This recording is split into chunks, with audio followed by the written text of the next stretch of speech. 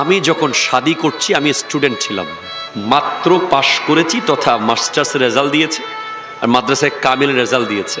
আমার শ্বশুর আব্বা এক পায়ে খাড়া, ওনার মেয়েকে দিয়ে দেবে,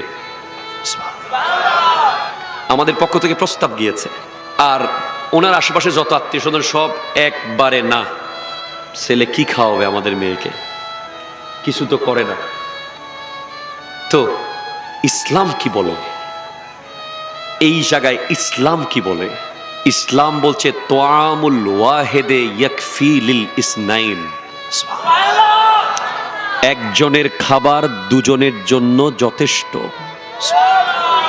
তোয়ামুল ইসনাইনে ইয়াকফি লিল আরবা, দুজনের খাবার চারজনের জন্য যথেষ্ট। তোয়ামুল আরবাতে ইয়াকফি লিস সামানিয়া, চারজনের খাবার আটজনের জন্য যথেষ্ট। That is Islam.